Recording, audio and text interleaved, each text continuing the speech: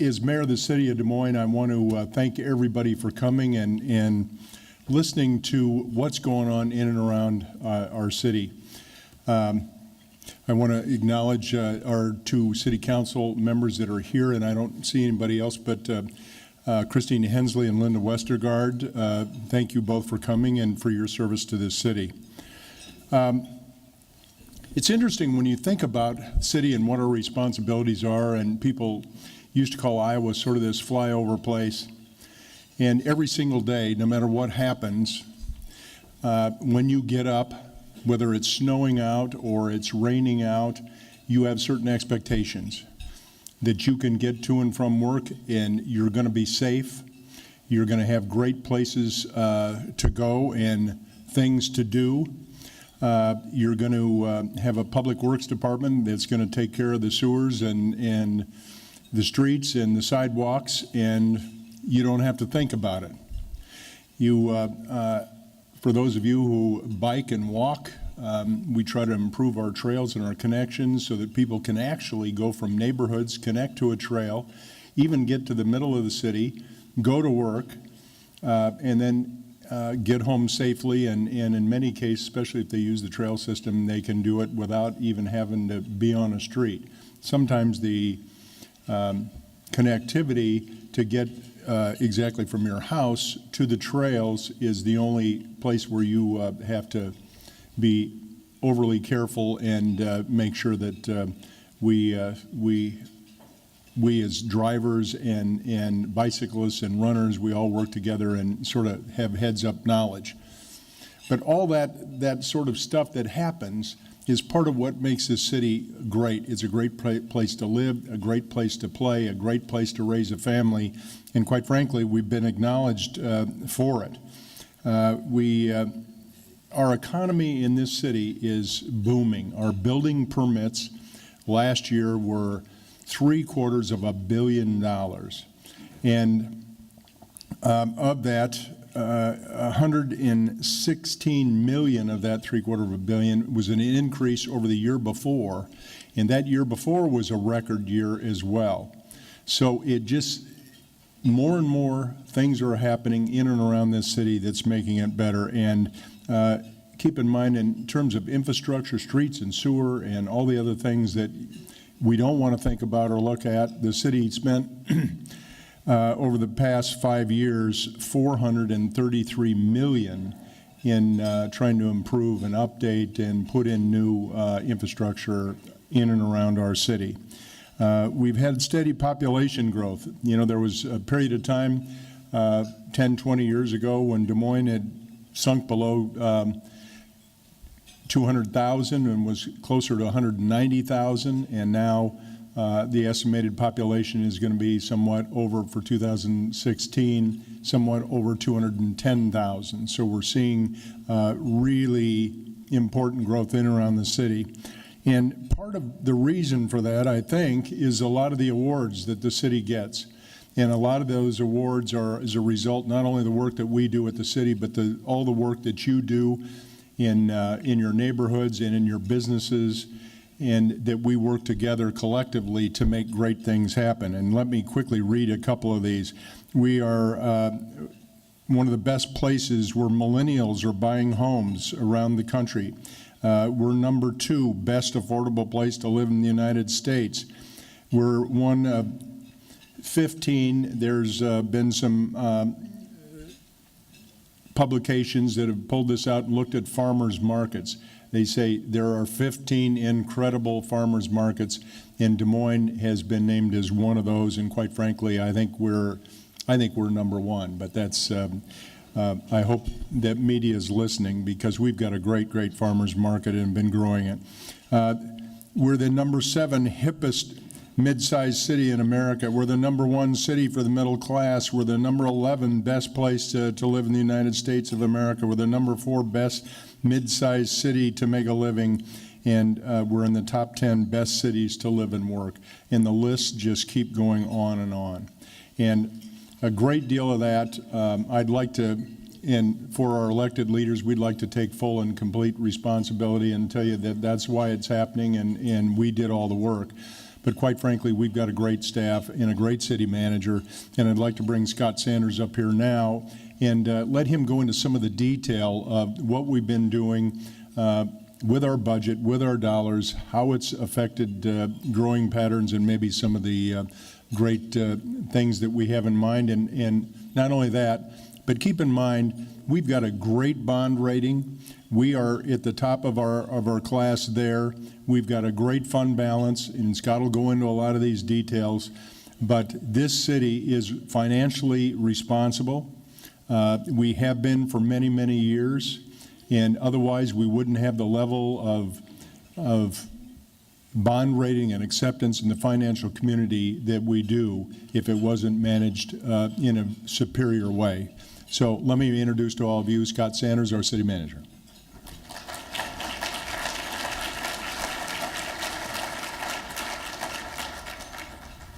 Thank you, Mayor. Thank you for having us. This is a great event to come back to each year, and what a great new venue as well. Let's see if I can get the technology to work. Excellent. Okay, so again, thank you for having me. Scott Sanders, your city manager. I know that with this group in particular, I get a lot of questions about the different projects that are going on around town. So we've tried to leave most of the time actually for some of the explanations of the different projects. So I only have about 4 or 5 slides that deal with our finances, talk about the city's status there, as well as the policy discussions that we are underway and have recently accomplished. So I'm going to start right off with the financial status of the city. We just recently, a couple weeks ago, had in front of the council our annual budget for fiscal year 2018, and that was approved. Within that budget, obviously it's balanced. We have very strong reserves in both our operating and our capital funds. We look to have about 15% of annual spend in reserves. We're a little over 16%, so we've matched what our goal was there. Some of the challenges, when I'm asked to talk about the city of Des Moines' budget, I often use the word perseverance, because it's important to understand that every year it seems like a new set of challenges come towards us with revenues, potential expenses, or maybe even legislative changes. What we dealt with in the next budget, the 2018 budget that was just approved, was 1.9% growth in our property tax values. That's not very impressive. And so it's been several years that we've known our challenges on our revenues growing at about that 2% a year, with our expenses typically growing at about 3%, and we've got to find a way to make up that difference each year. So again, this was a typical budget for us at just under 2% on the revenues if we left it all alone. What we went through was a very lengthy process with the public. Speak Up DSM was the tagline, where we brought in several hundred citizens came in our public meetings to discuss our budget with us. Obviously, we continue to have access through the website as well, and then just other workshops with the council to have that budget discussion out there, broken down in pieces that were consumable with the different budgets that we do have. What we ended up with in our budget was a 12-cent rate increase. That puts us at $17.04, still lower than what we've been at in years past. The impact to our typical city homeowner in Des Moines by raising that tax rate was about $6.50 for the year. So what I would term as a reasonable increase. That allowed us to maintain the current service levels at the city, which is what we kept hearing from our citizens as we went around and had these public meetings. The increase in the tax revenues, when you add in that tax rate, still put us at about 2.6%. So with our expenses growing at that 3.2, 3.3 range, we have to make that up with fee revenues and other non-property tax revenues, and that's what we went after. The general operating budget for this next cycle actually was approached 3.5%. There were opportunities to actually add staff, and most of that, again, was in keeping our current service levels in a growing community, right? The mayor did a great job explaining that not only are building permits at all-time highs, and that causes workload for our community development staff, but our population continues to grow and spread out more. So we have firefighters being added to our budget as well to maintain all our apparatus at a 95% level on a daily basis, because there's nothing as discouraging as having apparatus and equipment available, but no staffing available to actually run it. And we found ourselves in that situation with our fire department over the last several years. So what we've been able to do is add 13 firefighters in this budget with a federal grant paying for that for the first couple years to maintain our apparatus in a daily basis. The other area that we were able to add to is near and dear to me in the neighborhoods is we have contract sales quite a bit in the city of Des Moines. And what we've had in the past in our current ordinances is that there is an inspection that needs to be done each time there's a contract sale so that the buyer at least knows what they're getting in that inspection. But that only takes it so far, because a lot of times that might just be kind of warmed over and not fully explained. The City Council has committed to putting more resources into this area such that we would actually make it a requirement that during the contract sale, the improvements that are found, the deficiencies, are actually improved and rectified. And that'll be a big deal for neighborhoods, because obviously we are all impacted by how our neighbors keep up their property. And so we found that at the council level and management and staff that this was a good way to make a good progress in our neighborhood revitalization, if you will. Infrastructure projects, very busy in that area as well. Hopefully most of you are aware that our Southeast Connector, otherwise known as East Martin Luther King Jr., was opened up all the way to East 30th. A great way to get in and out of the fairgrounds and into actually downtown from points east and southeast. It's very well traveled, and the city intends to continue that on from East 30th out to the interchange with the Highway 5 bypass as well. Our Grand Avenue Bridge is under construction and should finish up by the end of the year.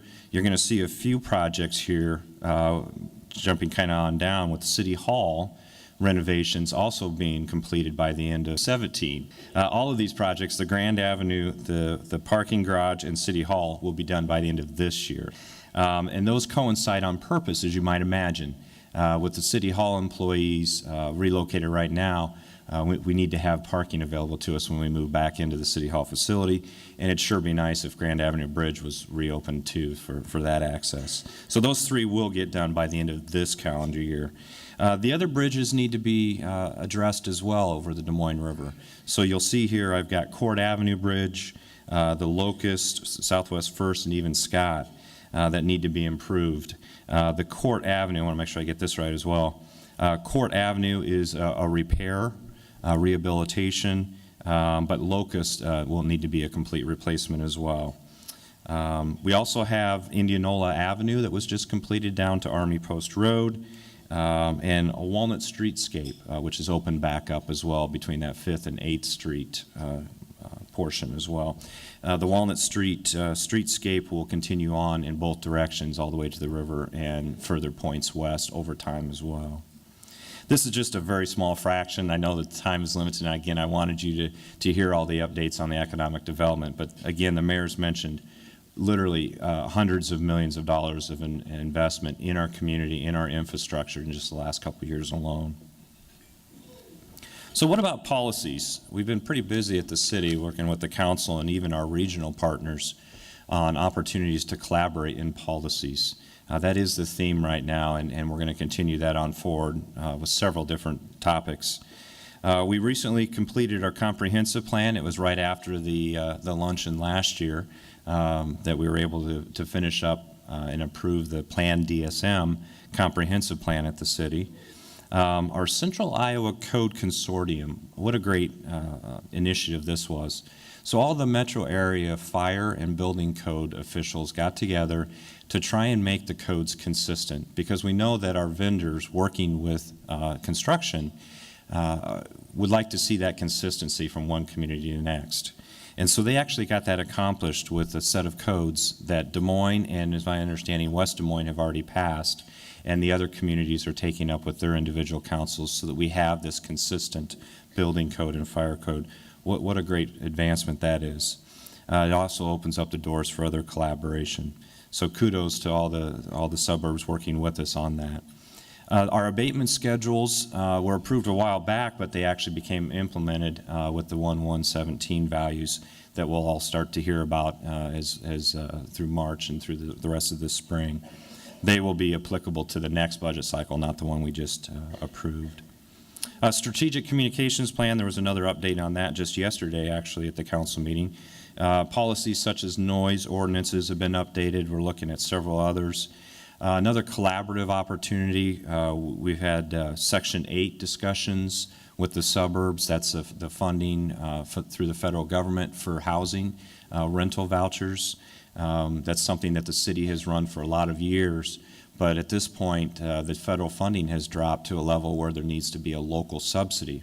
Well, that's a little hard for the city of Des Moines to be asked to pay with tax funds for the entire county because the program is a countywide program. So we had discussions with our local suburbs about how important this voucher program was. They totally agreed, and so we are working on an agreement such that we all are participating financially in this county program. Very vital. Johnston rejoined our Homeland Security program as well. So we're seeing a great momentum of working together with our suburban partners. Other policy discussions that are in progress. The dark governance is a big deal right now that's being discussed, looking at how that needs to be revamped. Again, another participation by our suburbs as well. The Des Moines Fire Department is working with Altoona in our northeast portion of our city to see if there isn't some collaborative opportunity there, which is another great opportunity to work with one of our neighbors. So we've got our comp plan finished up. The next phase of that was the zoning, the real fun part of the legal aspect of that. There's a couple meetings both tonight and tomorrow night for open to the public over at the River Place, I believe, and 6 o'clock to 8 o'clock. It kind of hones in on the need for public interaction, especially when it comes to land use and zoning. Our Speak Up DSM did a great job with our budget discussions. We need to keep that momentum going with our public interaction, with our zoning. So I'd love to have as many people show up to these meetings as well. Zoning is very critical to us, and we've got some new changes. These are remakes that are 40 years in the making since the last been changed or more. We have several other plans that are underway and policies. Our Parks Comprehensive Plan, a transportation plan that will look citywide, and our walkability. I want to thank the Greater Des Moines Partnership for helping us out in this respect, and our private partners. The walkability is an initiative that is a great partnering between looking at the desires of our business partners in downtown and wanting more walkability, kind of looking at the planning aspect, and then the city stepping in and saying, okay, what does it take engineering-wise? What is the impact on traffic if we go this route? And so we're using our expertise that we have best in each partnering together to make sure we move this initiative forward. We have a pilot project on East Grand that will be one of the first that will introduce walkability to our community. Well, I've probably taken up enough of the time because I know, again, you're anxious to hear about all the development that's going on around the community. So I'm going to invite Matt Anderson, our Assistant City Manager, to come up and talk about that as well. And if there's time afterwards, the mayor and I can come back up and do some Q&A with you as well. Again, great venue. Thank you for coming, and I'll turn it over to Matt.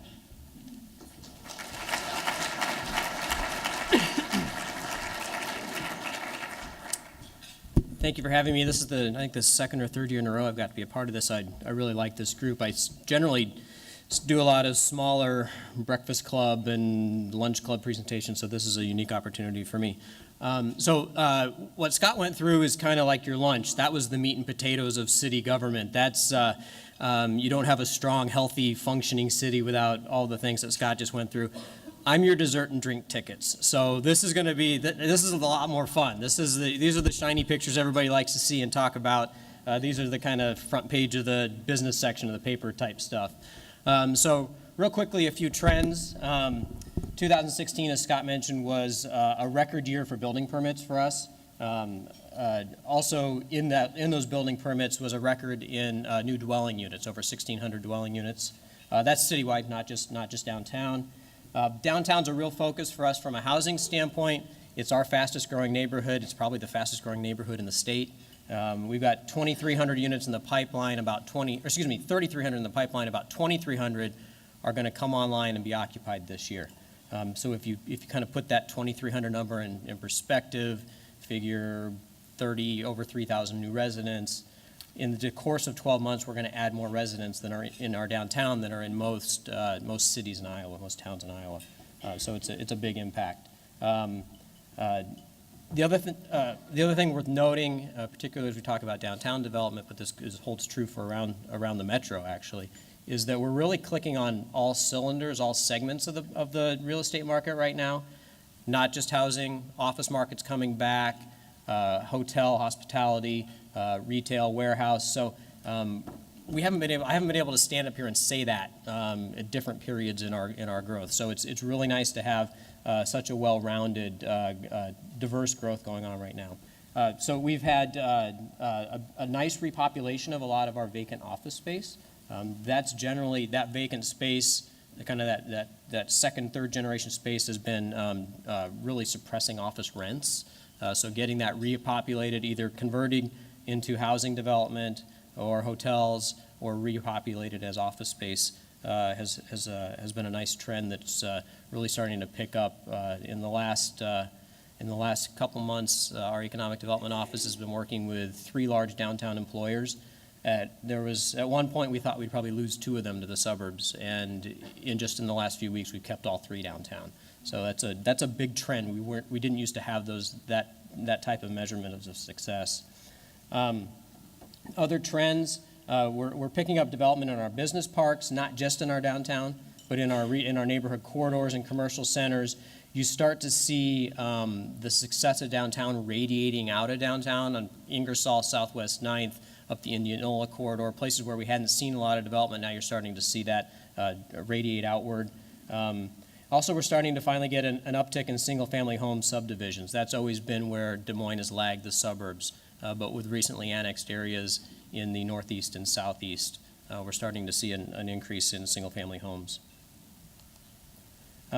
We suddenly have an interest in towers. In fact, I have one more tower than I know what to do with right now. So the Blackbird Tower, which is at the vacant corner where Yonkers used to sit, should be rising out of the ground yet this spring, or the late spring, early summer, as they close on their financing. Really a dramatic change to the skyline on that corner, a very important corner. If you think of that corner, the other 4 corners are anchored by kind of iconic buildings in our skyline: Hub Tower Financial Center and EMC, and to get a nice residential new modern tower anchoring that corner really starts to round out that area along Walnut.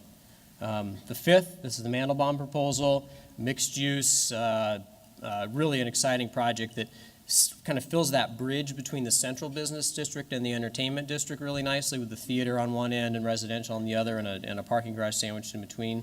This, as I mentioned, is an area where we now have some competition. So we follow a pretty transparent disposition process at the city. So we, in the course of the next couple weeks, we'll be coming forward to the City Council with a recommendation. We have a competing proposal from Blackbird, so we're going to give that full due diligence and be making a decision in the next couple weeks moving forward. So we're a bit under a time crunch here. We need to get the skywalks connected and opened as soon as possible and get some parking back in that location. The garage is currently closed. Mies Block, this is so named from Mies van der Rohe, who was the architect for the Catholic Diocese. This is at 7th and Grand. It's a Nelson construction project, a kind of a mid-rise mixed-use project. I'm going to go kind of fast because I have a lot of slides, so I want to try to make sure I leave enough time at the end for Q&A. I can dive in deeper on any of these if you want to grab me afterward, or if you just want a public question afterward. Krause Gateway Center, the steel's been going up. You can really start to see the building take form. The amount of steel and concrete in this building is incredible.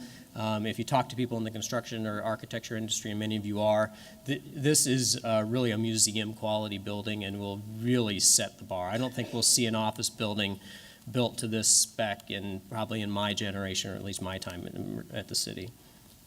It's also very symbolic. Mr. Kraus had the opportunity to locate anywhere in the metro. He specifically chose downtown from West Des Moines, which is a real reversal for us.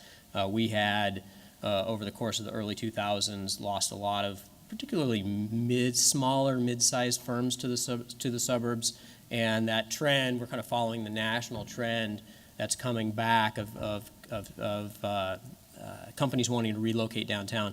And it's really about where they can attract and retain the best talent. Everybody's in the same talent pool trying to recruit for employees.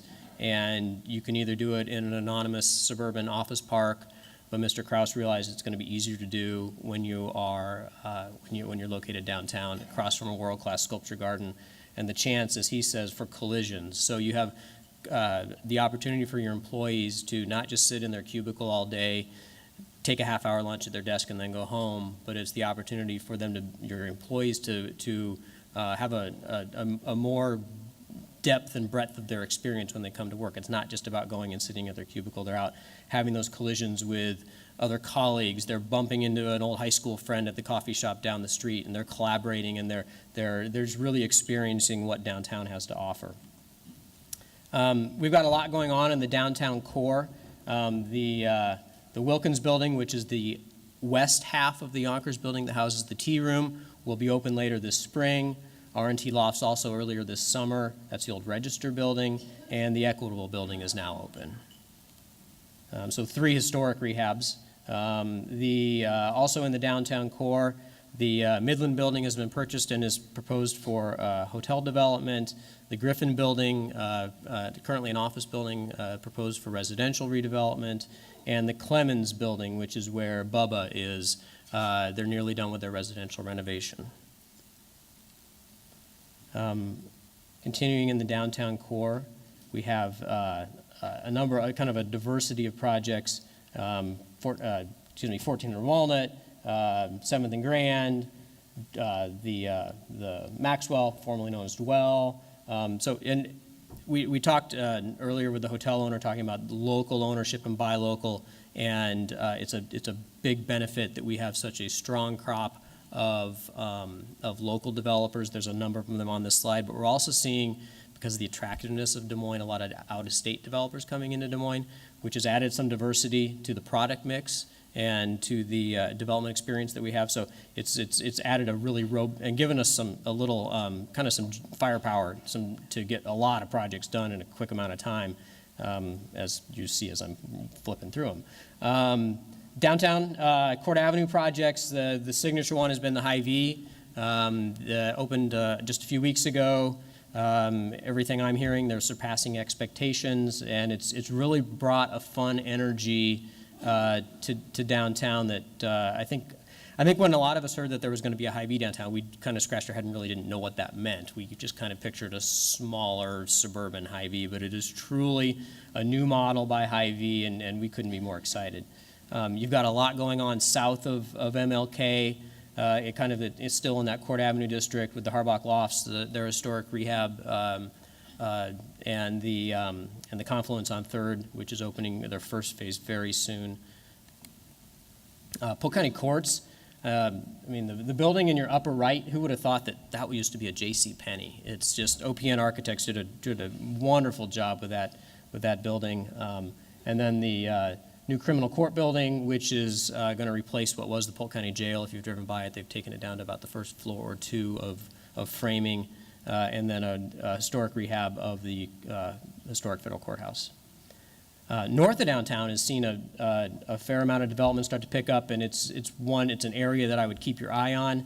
Obviously, the signature project there is the Convention Center Hotel, and it's a 330-room Hilton, full service, that will open about this time next year, so about a year from now. And then Hubble has View Apartments underway, and Principal Financial Campus is kind of goes along with that same storyline of the come and go story. Principal's investing hundreds of millions of dollars into their campus, and they're not adding a single square foot. It's all about creating the right work environment to attract and retain the best workforce. And it's a kind of it's a real recommitment out of them to downtown and what downtown can do for them in attracting and retaining workforce. Let me back up. I missed Des Moines Arts. This is Des Moines Arts is Justin Mandelbaum's project, creating artist studios, not artist housing, but just kind of pure artist studios that can be rented by the month for artist workspace and collaboration. East Village is really, I don't see, we're going to run out of land before we run out of momentum in the East Village. It's really quite incredible. The boom continues. The housing boom has been strong. The hotel activity, we've had 2 hotels open this year, the Staybridge and the Marriott AC. As you go towards City Hall, as Scott mentioned, we're doing a rehab of City Hall. Building a new parking garage across the street from City Hall that we open to the public, and Jake Christensen and Jim Cownie and Tim Ritma and Sloan County's project at 219 East Grand, who just announced a week or 2 ago that they've landed West Elm. If you don't know West Elm, it's one retailer, but the significance of it is tremendous. Retailers like to cluster around each other, and here we've had one of the fastest growing national retailers in the country specifically choose the East Village over West Des Moines. They looked at West Des Moines, they realized this is where they wanted to make their home base. This gives that development team the firepower when they're going out and talking to national brokers to go recruit other retailers in the neighborhood in their other new developments. They can wave that West Elm lease around, and it's going to carry them very far as they try to recruit other tenants. Bridge District, this is Hubbell's development just on the north edge of the East Village as you're heading up to the Botanical Center. It's a mixed density residential neighborhood, purely residential, under construction right now, with a first phase of some really nice 3-story row homes and a very large apartment complex called the Verve. You can see them both coming up out of the ground right now. Market District. This is the area south of the East Village. It technically is the East Village. It's part of the East Village Neighborhood Association. It's been dubbed the Market District. We have a lot of residential interest happening there. 2 projects ready to kick off, the District on 6th and Conley Lofts, and then an office building currently underway by PDM Precast. It's really already fully framed, and they're doing the interior work on the office building right now. Federal Courthouse. So we are in line for a new federal courthouse in Des Moines. The feds have appropriated $137 million for the city. It will be an architectural icon that will, when you build a building like a courthouse, it's kind of like the Krause Gateway Center. It's that museum quality building that's meant to last, and it's going to make a statement. We have a preferred site that the city has submitted, along with Mid-American Energy, that is along MLK and the river. So if you were standing at home plate at Principal Park, you'd look directly across the river at that courthouse, with then the state capitol just kind of sitting on top. So they are looking at other sites. GSA will make their decision later this summer, probably on a location. River Point West, Gray's Landing. This is the area really bound by Southwest 9th, MLK, and Gray's Lake and Fleur. We have a lot of development happening there, mainly George Sherman Associates, and Hubble Realty. The Edge Apartments is open. Cityville is open. With the next phase ongoing. The Nexus Apartments by Sherman is under construction right now. Holiday Inn Express is already open and has had a great run so far in their early run. So it's been very successful. Sherman Associates will be breaking ground in the next month or 2 on a new spec office building, approximately 75,000 square feet. They have about a third of it under a letter of intent right now. Gray's Station, this is further south of that Gray's Landing area that I just showed you. It's 75 acres of former railroad land that Hubble Realty has under contract. We are meeting with them daily on working out their urban plan for that. It'll be a mixed use, primarily housing of really multiple densities, everything from the 5, 6-story apartment complexes you've seen that are kind of indicative of like the East Village, down to row house development. And we're excited about what the row houses can bring from an ownership standpoint. We don't have a lot of ownership product downtown. Hubbell's been the leader in that. Artisan Row across the street from Meredith is a prime example of that level of housing. And this neighborhood, with an intricate system of open park green spaces, connection to Gray's Lake, has the ability to bring a new product downtown and hopefully a new buyer downtown. Maybe we can have more of a family focus. That's been a niche that we have not been tremendously successful at capturing downtown, but mainly because we haven't had the product, and this should offer that product. Near downtown, I mentioned how that success of downtown is starting to radiate outward. It's really doing so in the multifamily markets. So with Beachy Flats, which is across from Mullet's, for a frame of reference, Jackson Crossing, which is south of Principal Park on Indianola as you head down to the south side, and then Eagle View Lofts, which really stands out across the river, south of the Market District area, arising from the kind of an area that nobody had really thought of. But what these pioneering projects and these pioneering locations are going to do is just continue to spur other development. And then Eagle View Townhomes, they spurred their own development, right next door. Mercy Hospital expansion, they'll be tearing down, or have already started tearing down their former housing complex on the corner of University and 2nd, and we'll be doing pretty much a campus-wide remodel and construction projects that'll take on multiple phases. But again, they'll have some significant architecture on anchoring that corner. Ingersoll development radiating to the west. 2301 Ingersoll, it's a mixed-use development by Rohr's Investments out of Minneapolis. It's on the former China One site, a site that we in economic development have been eyeing for a long time as really not anchoring a really big site. So we've been really looking forward to getting a significant development on that site. Frank Levy's 4,000 Ingersoll Apartments. Frank's been a great asset to us in tackling challenging sites and challenging neighborhoods that deserve a lot of attention. And can't say enough about the great things that Frank does. He certainly doesn't shy away from a challenge. And then we've got some nice little niche retail restaurant things happening on Ingersoll. The Cheese Shop announced that they are opening a new facility, and Crunkwich, which expanded out of the East Village, and Two Rivers Bank, which is going to put in a new office also.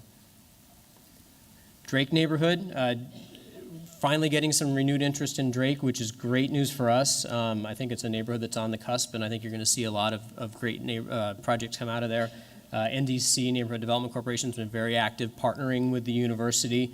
They have the Forest Avenue Village under construction right now, and Drake has a significant amount of construction going on their own campus with their STEM building, and the large parcel on the left, outlined in red, Nelson Development, has been selected by the university to do a mixed-use housing, retail, and hotel project that will get underway later this year. Going up into the neighborhoods, the River Bend development, a lot of infill development and historic housing rehab happening in River Bend.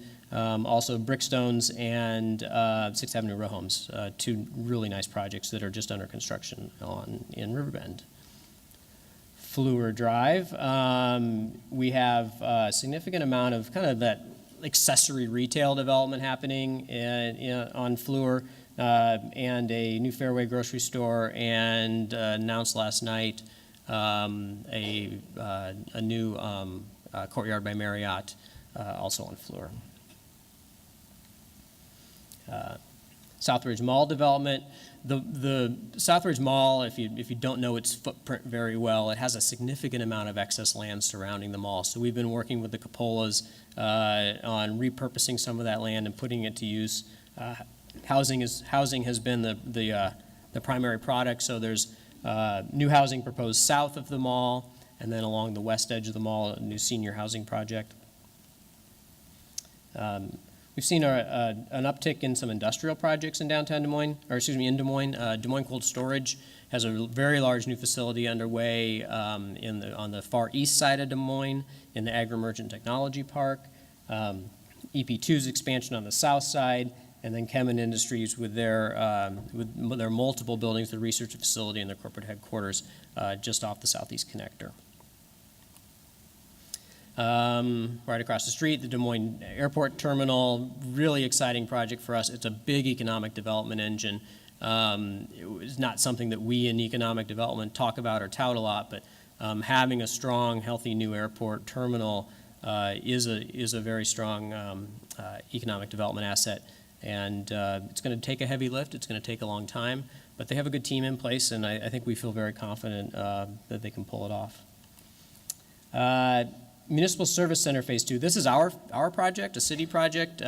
We built the first phase really so that we could get out of the way so Chemin could expand, because we had city facilities in that area. Now we're looking at doing a Phase 2 so that other things can expand. Most of the Market District is city facilities. It's our public works facilities. We have garbage trucks and fleet vehicles and a fueling station and really kind of some ugly uses that you don't want to build your housing project next to. And we have a number of housing projects interested in the Market District, an office building underway, as I stated, and a federal courthouse that's looking there. So we know that in order to spur development in that area, we're going to have to get out of the way. So Municipal Service Center Phase 2 is proposed just off the southeast connector at East 15th, 16th that would allow us to segue out of the Market District so that private development can occur. There's a lot of park and rec projects underway. Scott mentioned a lot of the other city services. I've got a park and rec slide on an economic development slideshow. Probably the least important. I say this to a lot of groups. Probably the least important city department to attract any economic development in the city is the economic development department. People don't move here or relocate their business here because they like me or Aaron or Terry or any of the economic development staff. They moved here because the parks are great, the streets are in good shape, the commute's quick. The school district is a top-notch school district. The police and fire departments are doing their job. That's why you move to a city. I'm the salesman that closes the deal. And so when I talk about a park and rec project, this is actually an economic development project too. These are the things that make your employees come to the city or make that new firm want to relocate to the city of Des Moines. So we have projects underway in the fundraising stage at Riverview Park. And those of you who grew up here, and I remember going to Riverview Park when I was a little kid. And some of you, my dad grew up near North High School and went to North High School, and so this was in his backyard, and so it's great to kind of reestablish what's really been a forgotten area in Riverview Park in the north side of Des Moines. The Overlook Park at McCray Park, a park that not a lot of people have been to, but you really should.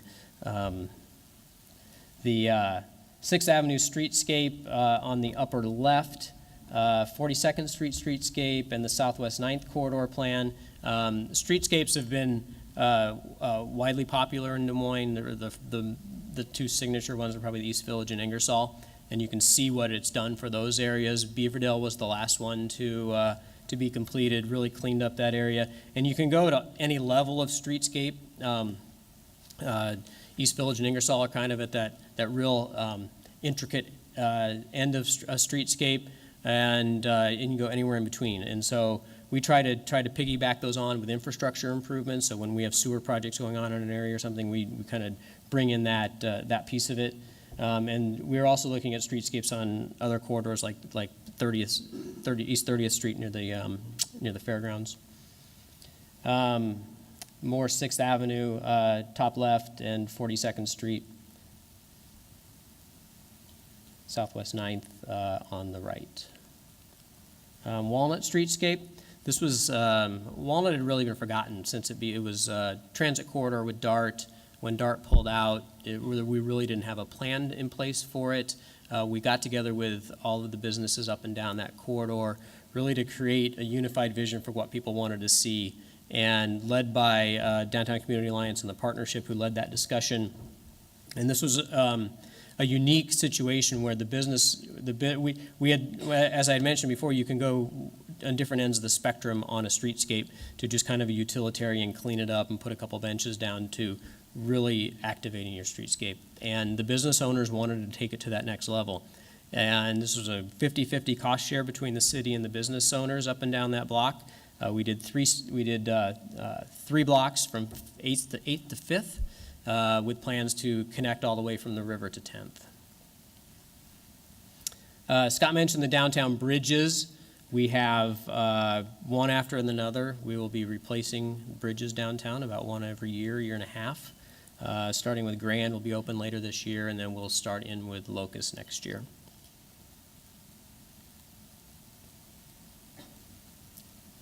So, oops, that ends my slideshow today. I was really fast. I hit a lot of projects in a lot of neighborhoods. And I could probably stand up here and talk for hours on any one of them. But does anybody have specific questions for the gang that's coming up here? We also have other city staff in the room too who might be able to answer anything. I have a question way in the back on the left.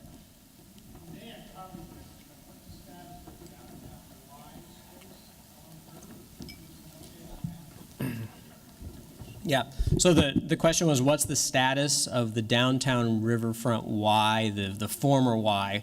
It's a 2-acre parcel on the river between Grand, Locust, and Second. I don't really have an update, unfortunately. It's owned by Hubble Realty. Hubble has submitted it as a potential courthouse site. It's going to be a little small for that. The federal courts were looking for 3 to 5 acres. It's only 2. So I don't know what the General Services Administration will do in that process, but it is still one of the sites in that process. And in the meantime, Hubble is marketing it for sale and looking for potential development opportunities that they could do with it too. But I guess the easiest way to say is there's no active project that we're working on the Y site right now. But it is an iconic site. It's a site we need to see a transformative project there, and what we're really aiming for is one that really activates that riverfront. Most of the riverfront is already occupied by civic buildings. You're not going to put a Starbucks in City Hall, so we're looking for something that can activate the river. We want to see restaurant space and riverfront patio space and kind of a 24/7 bit of activity going on there. We want people to really engage it. We in Principal and many others, put a lot of investment into that Riverwalk, and we want to do anything we can to energize it. Yes, sir. I'm wondering if there's any updates on the police department planning. Do it. So the question was about the police department space and potential for relocation or on-site. We've had architects look at that, and in coordination with potential for IT to relocate. Very preliminary, but we do know that there is an opportunity to be on-site and redevelop around it. And as recently as last week, I believe they were looking at alternative sites to be able to compare the cost and efficiencies, if you will. As you might imagine, that building is just a little less than 100 years. I think it was 1920 or something. So there's a lot of challenges with that old of a building for what its uses have been over time. So still very preliminary. And that one has a very high price tag attached to it too. So it would definitely be out a few years. Other questions? Mm-hmm. Midlands? Midland building is, the question was, is the Midland building scheduled to be renovated or replaced?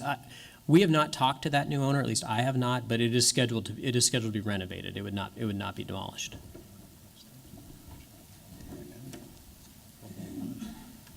Yes. From the slides, it looks like we have 5,000 residential units either under construction or coming under construction in the next year or so. At what point do we become worried about an oversaturation in residential properties downtown? Yeah, so downtown specifically right now, there's around 3,000 in the planning process. So some of those are going to come online much later, but this year specifically, we've got about 2,300 that will come online. Some have already come online this year. What you're going to see, what I predict you're going to see in the downtown housing market is you're going to see a plateau. We're going to slow down. The CBRE study that was released couple weeks ago already showed that rents are still growing, but the growth rate has slowed. So by that, rent is growing at about 2% this year, 2 or 3% compared to 8% last year.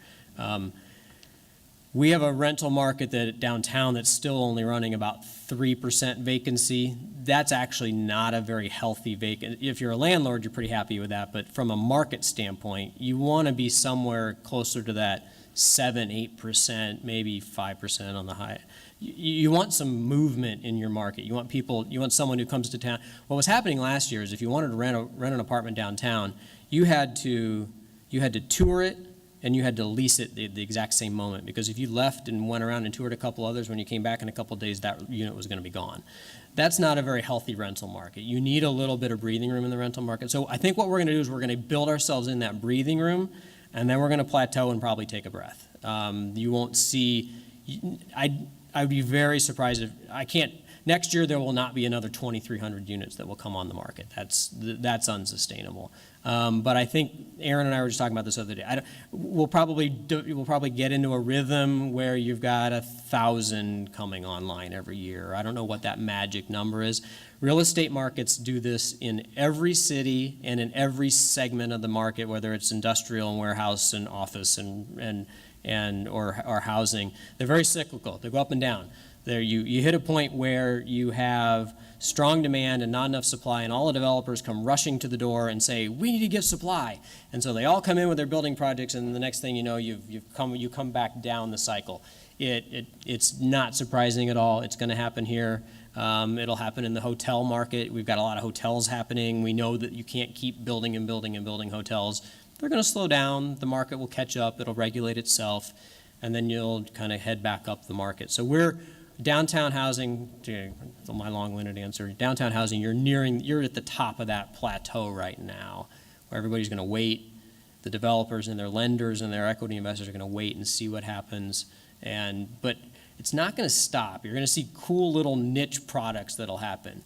Right now, we're just trying to keep up with this pent-up demand, so you're seeing big projects like Confluence on 3rd, which is a very large project. You're seeing projects that are really just coming in to meet that demand, and they're doing a very good job of it.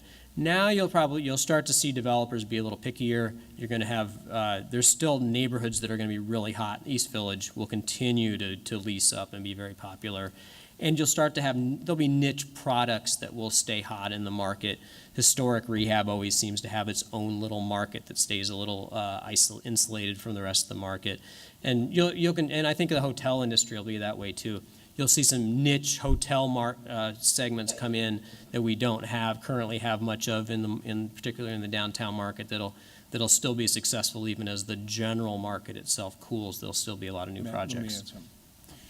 One of the other interesting things to your point is, and Matt kind of has touched around it, but if you go into the East Village, let's just use that as the example here.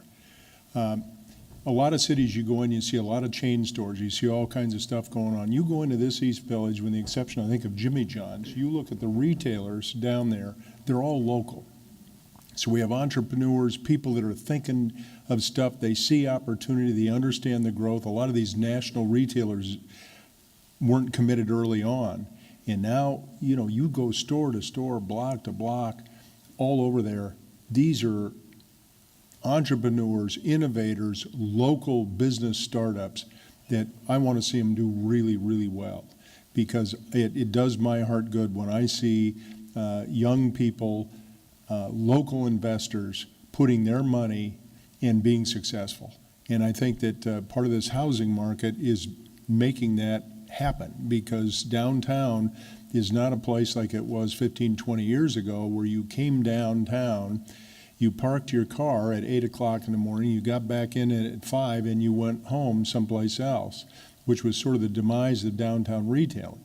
Now you've got, as we said, maybe getting close to 15,000, and I know Erin gave me a note the other day. She thought by 2020 we'd have 20,000 people downtown.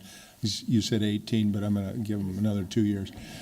But any rate, it's that mass of folks down here that are living that turn downtown from a 8-10 hour area to an 18-20 hour downtown with people living and working and shopping and restauranting and being entertained, and then throw in what has been here for decades. The trade shows, the conventions, the basketball games, the baseball games, everything else that's going on. Downtown is a cool place, and the media that comes here every 3 or 4 years that wants to see who's going to be the next leader of the free world shows up in Des Moines. They notice. They go, wow, what's going on here? You guys really have it made. More questions?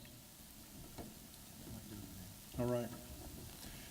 Thank you all very much for giving us, you have one more, Mike? Just one more, Mayor, and it's more big picture. Just give you a platform. Obviously, when you look at the screens and the recognition, I see Jay there, glowing and tweeting during your remarks, tweeter. But tremendous growth over the last, 15 years, and, you've already identified a number of the projects. But big picture, if you had a wish list, what would be the next thing that would be is it infrastructure, is it riverfront, what would be an ideal? We're doing a lot of infill, which is terrific, but big picture, what would be on the wish list? On the wish list.